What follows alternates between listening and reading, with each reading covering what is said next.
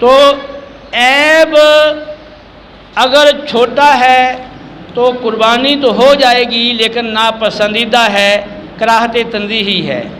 بہتر یہ ہے کہ چھوٹا سا عیب بھی جانور میں نہ ہو، اور بڑا عیب اگر ہے تو پھر قربانی نہیں ہوگی۔ اس کی کچھ تفصیل ہے۔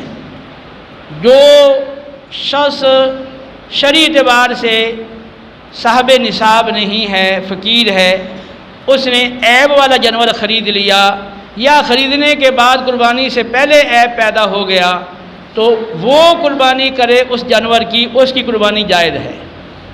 لیکن صاحب نصاب شخص جس پہ قربانی واجب تھی، اس نے اگر عیب والا خریدا ہے یا خریدنے کے بعد عیب قربانی سے پہلے پیدا ہو گیا ہے، اب قربانی کے وقت وہ عیب ابھی موجود ہے، ختم نہیں ہوا، تو اس کی قربانی عیب والے جانور کی جائز نہیں ہوگی۔ اس کے لیے ضروری ہے کہ نیا جانور خرید کے کرے۔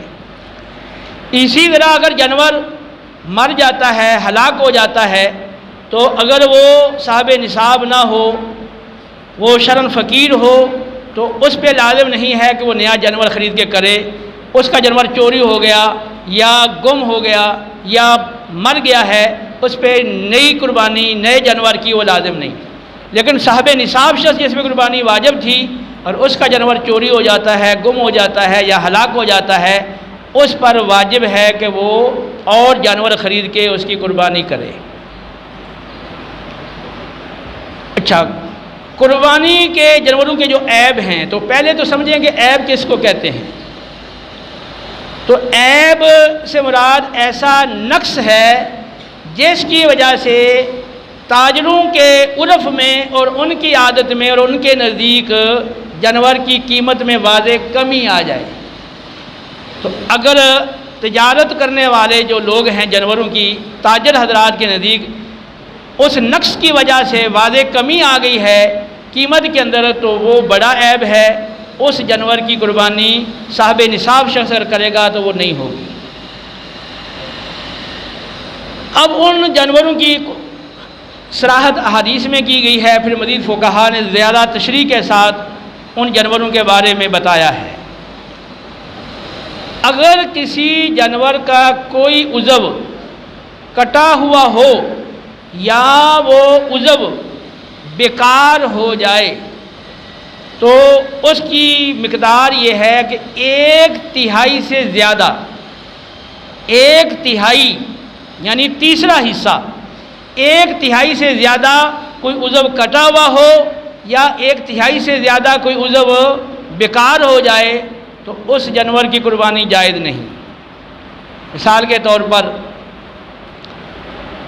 کان 1/3 سے زیادہ کٹا ہوا ہو، یا دم جانور کی 1/3 سے زیادہ کٹی ہوئی ہو، یا تھن جو ہے وہ تھن 2 ہیں یا 4 ہیں، وہ مجموعہ ملا کے ایک عضو شمار کیا جاتا ہے۔ تو اب اگر 2 تھنوں والا جانور ہے تو ایک تھن کٹا ہوا ہو یا خشک ہو جائے اور بیکار ہو جائے، تو اب اس کی قربانی جائز نہیں ہوگی، کیونکہ اب اس کا آدھا عضو گویا کہ وہ کٹا ہوا ہے یا بیکار ہے۔ اگر 4 تھن والا جانور ہے تو اب ایک تھن کٹ گیا یا بیکار ہو گیا، تو اب چوتھا عضو کا چوتھا حصہ جو ہے وہ کٹا ہوا ہے یا بیکار ہے، اس کی قربانی جائز ہے، کیونکہ 1/3 سے کم ہے۔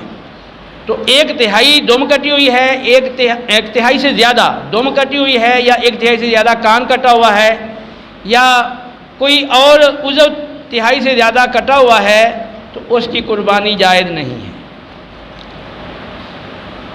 کان اگر پیدائشی جانور کے نہ ہوں تو بھی قربانی جائز نہیں ہے، لیکن اگر پیدائشی سینگ نہ ہوں تو قربانی جائز ہے۔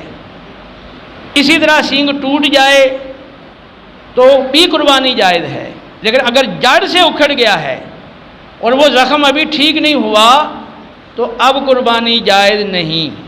لیکن اگر جڑ سے بعض وہ اکھاڑتے ہیں خود، تو اکھڑ گیا یا اکھاڑ دیا گیا لیکن وہ زخم ٹھیک ہو گیا ہے، تو اب اس کی قربانی جائز ہے۔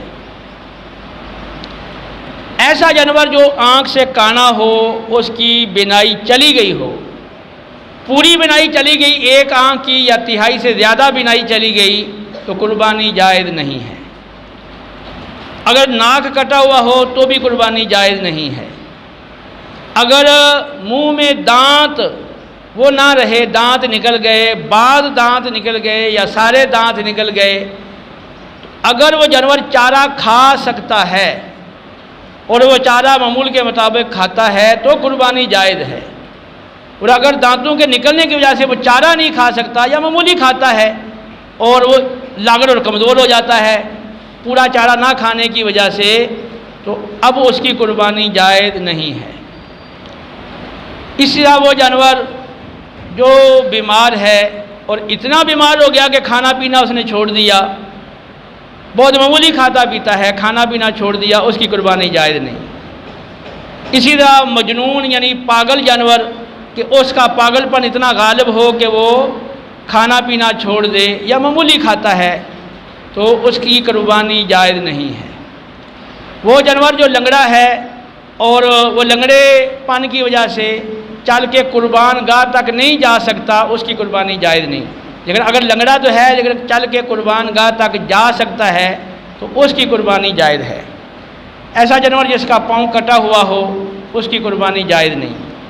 قربانی کرنے کے وقت جانور کو لٹایا گیا، اس کو پکڑا گیا، اس میں جانور اچھلا کودا اور اچھلنے کودنے سے اس کی ٹانگ ٹوٹ گئی، ہڈی ٹوٹ گئی، کوئی اور بڑا عیب پیدا ہو گیا، اسی وقت اس کو پکڑ کے ذبح کر دیا جائے تو یہ قربانی جائز ہے، کیونکہ قربانی جب کی جاتی ہے تو اس طرح کے معاملات سے یہ ہوتے رہتے ہیں، تو اگر اس عیب کو منع کیا جائے، قربانی کو منع کیا جائے تو شدید حرج پیدا ہوگا۔ لہذا قربانی کرنے کے وقت قربانی کے جو مقدمات ہیں، قربانی سے متعلقہ امور ہیں، وہ کرتے ہوئے کوئی عیب پیدا ہو گیا ہے تو اس کی قربانی اس وقت کر دی جائے، اس کی قربانی جائز ہے۔ ایسا جانور جس کو داغا گیا ہے، داغ لگایا گیا ہے، اس کی قربانی جائز ہے۔ ایسا جانور جو خارش زدہ ہے، اگر خارش ظاہری جسم کے اندر ہے، خون میں اس نے سرایت نہیں کیا تو اس کی علامت یہ ہے کہ وہ جانور فربا موٹا تازہ ہے خارشی، قربانی جائز ہے۔